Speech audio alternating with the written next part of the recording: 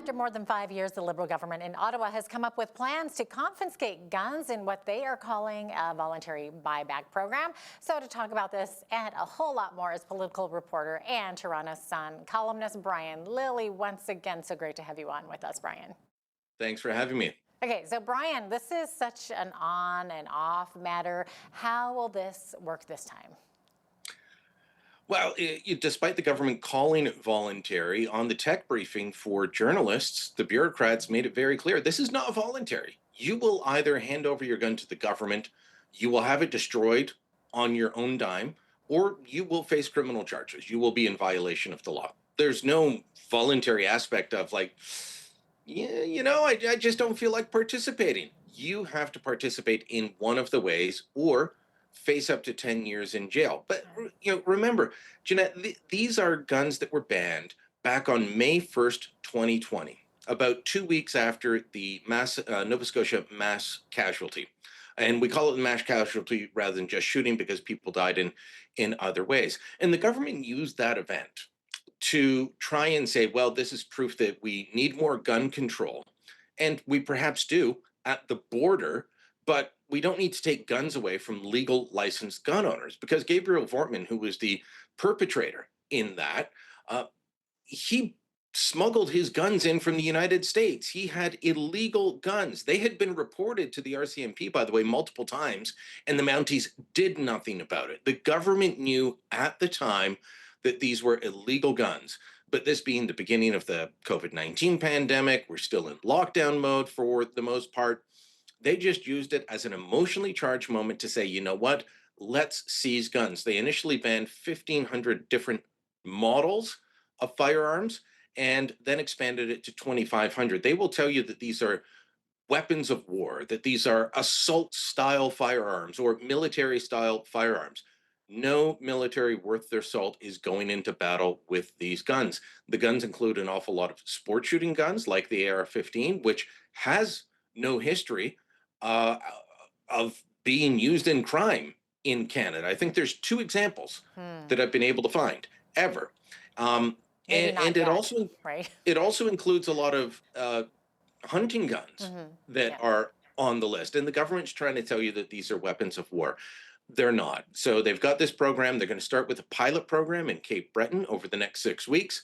They hope to collect about 200 guns, and then they will move it to the rest of the country over the fall and into the new year with they'll open up portals and they will allow you to register to turn in your firearms, potentially getting compensation, although there's been talk that the compensation will be capped, and if you're not in the early stages you may not get any money for the gun that the government has made illegal after you bought it legally. Yeah. It looks like not everybody is willing to participate, though. We've got Alberta's Premier Danielle Smith saying that police in Alberta not going to participate. Saskatchewan is much the same, and then Ontario's OPP, they've said that they don't have the resources to deal with this. So how will this work if your local police service isn't even participating? That's a very good question that the government couldn't quite answer in their technical briefing. I mean, the tech briefing is supposed to be there to get all the tech questions out of the way, all the mechanics. How will this work? The politicians can ask the political or answer the political questions of why are you doing this? Is it justified? But the bureaucrats are there for us to be able to ask on background. We don't name them, we don't attribute them. It's just hey, tell me how this works. And when someone asks that, and they use the example of if you live in rural Ontario, where your local police service is the Ontario Provincial Police, they've said they're not participating because they don't have the resources. And the government official just said that, well, we've contracted this firm. We won't tell you who they are, but they will do mobile pickup. And perhaps they will meet you in the parking lot. They won't go to your home, but they might meet you in the parking lot of a police station so that you can hand over your gun to them there, and then they will take it and dispose of it. For the rest of the country, there are police services that say, well, sure, we'd like to help, but we're kind of stretched thin as it is, and we've got real crime problems on our hands, so we don't have the resources for this.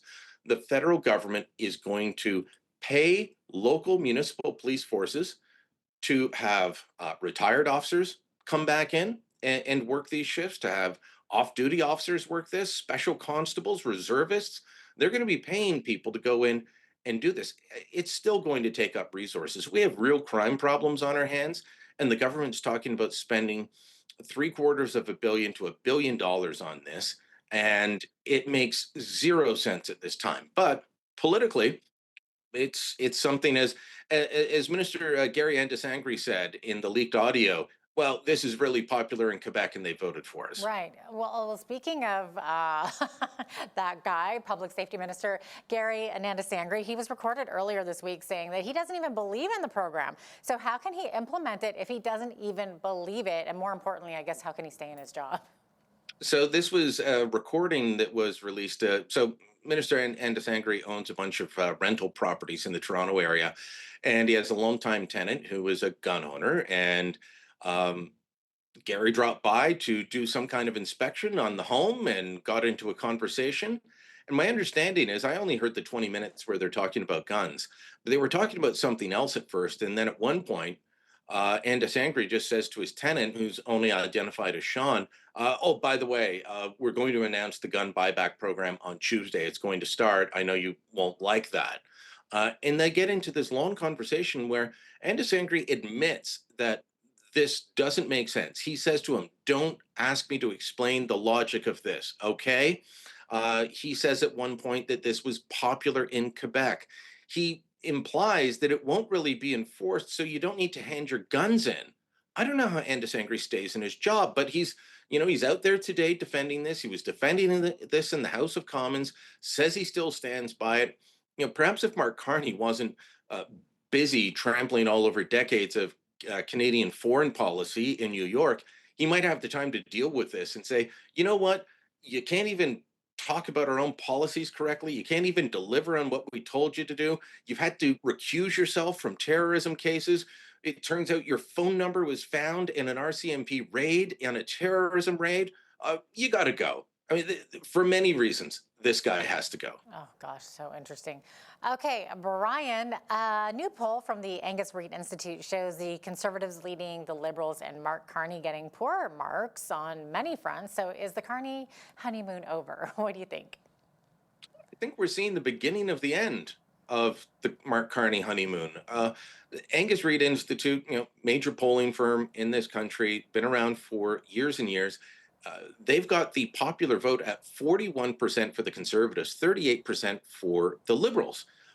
The gap closing significantly in Ontario, not so much because the Conservatives went up. The Conservatives got over 40% of the vote in Ontario in the last election. I know you guys out west like to say, you people in Ontario couldn't vote for the right party.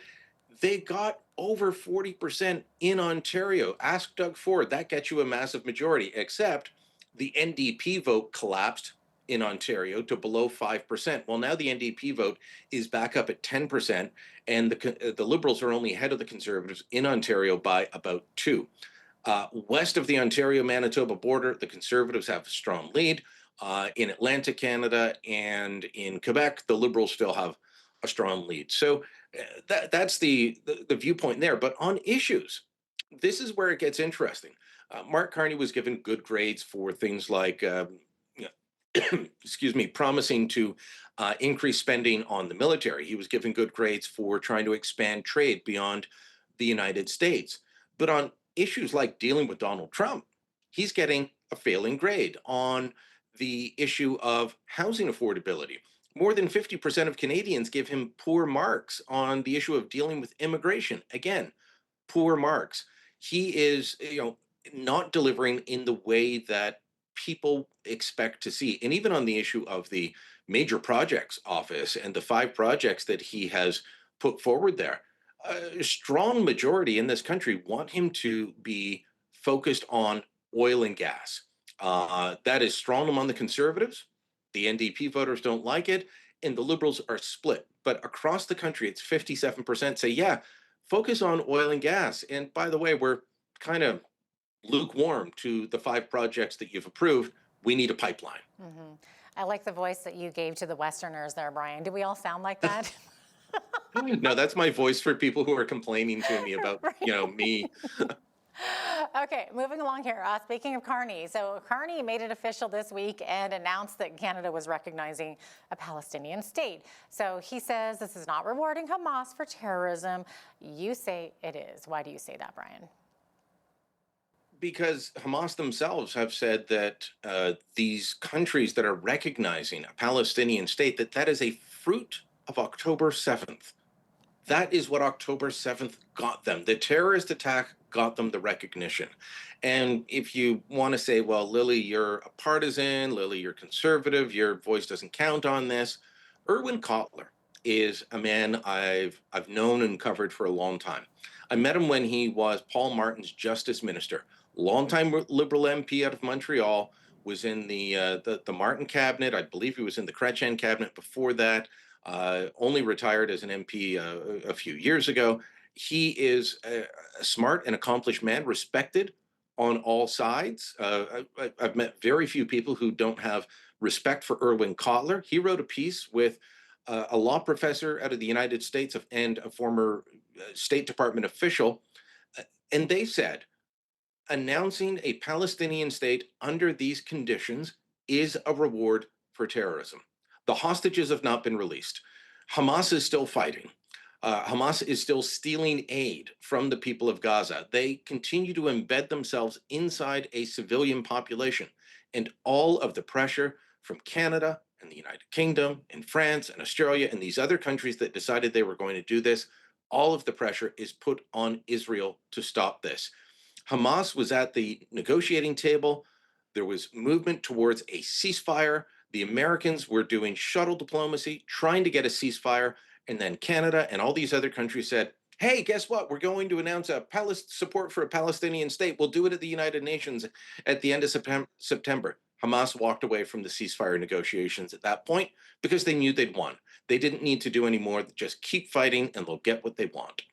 All right, Brian, moving along here. So let's look at this one here. So Pierre Poilievre and the Conservatives continue to push for jail, not bail, and they cite the revolving door for repeat violent offenders, despite saying that they will bring in bail reform legislation. So Justice Minister Sean Fraser lashed out and said the Conservatives don't understand the law. So who's right here? The Conservatives are right. They were saying that we need to repeal Bill C-75. And Sean Fraser stood up and said, what the Conservatives don't understand is that this makes bail harder to get. Does it? Well, for intimate partner violence, domestic violence, yeah, it does.